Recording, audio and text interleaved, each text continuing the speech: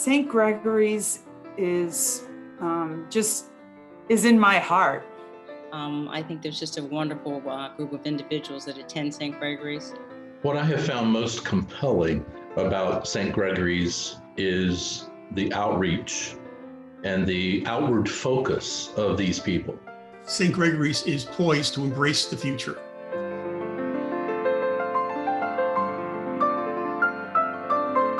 At St. Gregory's, we feel this is truly a story of transformation.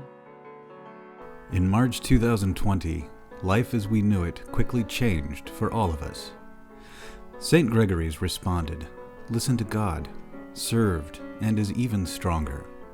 Brave leaders and congregants at St. Gregory's had the courage, foresight, and commitment to move forward rapidly in service to others. They listened to God's call. Rather than postpone or cancel ministerial programs and worship services, they did the opposite. They creatively adapted all activities to offer them to all members in new ways. I'm especially proud of our church and how we've handled the situation with the coronavirus since March. Our parishioners are older, and a lot of them are isolated, and between the many different ways that we reach people on the internet and phone calling lists is just amazing.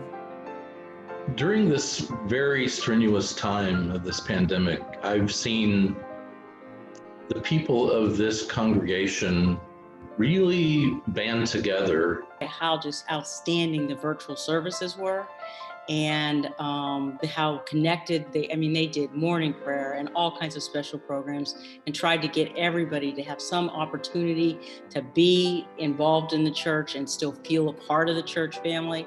I thought that was outstanding. And the other part I thought was how they fed all the homeless in our parking lot. I do a lot of homeless work. Everyone knows my sister's the executive director of the Lord's Place, and how we reached out to the community and fed so many. I was just so proud of us. We had to reinvent how we do worship. We had to reinvent how we connect with church members. We had to reinvent how we form children and youth and adults. We had to reinvent how I visit people or not who are in the hospital. And this took work, but grace was with us, and we have found ways and creative ways to adapt, that we can still bring the message of Jesus, still bring God's love into these situations. The God is not quarantine slogan of Father Andrew set the tone for how we have gotten through these times. So here are my 4 summaries. 1, outreach. Being strong in terms of reaching out to the most vulnerable with the love of Jesus, and also reaching out to spiritual seekers, those who are seeking a faith home. Secondly, to keep strong our formation for children, youth, and adults, and to help the whole community, every age, grow in grace and love. Thirdly, to be creative and faithful in adapting to COVID and post-COVID realities, meaning how do we digitally continue to engage people even when we can regather fully in person, and to be strong and faithful in seeing how we can take the learnings from this time and continue to expand them into next year and beyond. And fourth, to make sure that our capital campaign and our vision for renewing the church for this generation and beyond engages our members, and that we actually get the work started on renewing and renovating the church. I think giving to an annual stewardship campaign is important, because in the Episcopal Church, that's how we support our ministry. Annual giving is important because the church has dozens of ministries and outreach programs that the community depends on every year. Giving to the stewardship campaign is basically a way to thank God for the blessings that He's given me in my life. And that's how Jim and I have always looked at it. It accounts for over 75% of our total annual budget. And without this, we would not be able to fund the outreach programs, and quite frankly, we would have a hard time keeping the lights on in the church. It allows us to plan the financing of the church activities such as music ministries, youth ministries, and our various outreach programs. This year, I think your pledge to the Stewardship Committee is even more important. And the reason I think that is because this is going to be a tough year as we go forward. And there's going to be lots of people in need, and we need to keep the church strong. So I think that, as I said, I think that when you give to the church, it's really a way of giving back to God the blessings that He provided you.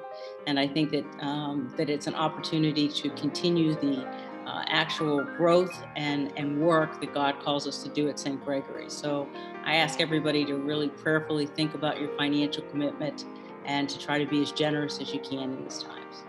It gets translated in concrete ways to those in need. For example, we have a daily feeding program for those in need through our Meals with Meaning program. So every day we have people coming for food, for personal care items, and frankly, for love. And your dollars enable that to happen. Your dollars also enable children to go to school in Haiti. We support a school with 350 children in Haiti. And your contribution enables those students who maybe don't even know you or know your name to have the possibility of a different future. These elephants behind me remind me of what St. Gregory's brings to the community. They exhibit joy, grief, compassion, and love to their fellow elephants. I have spent a good part of my career in personal time traveling the world, and know that St. Gregory's has a more global, less provincial perspective, which positions us well for what the future will bring. Your dollars enable clergy and staff and ministry leaders to be able to respond to human need in our congregation. When someone is sick or in the hospital, when someone is in any kind of crisis, there are people there who are ready to respond to those needs. Your dollars make the opportunity for ministry in people's lives through worship, through pastoral care, through engaging them in volunteer efforts. All of that happens, and all of that is part of fulfilling our mission of transforming hearts and community through Jesus' love.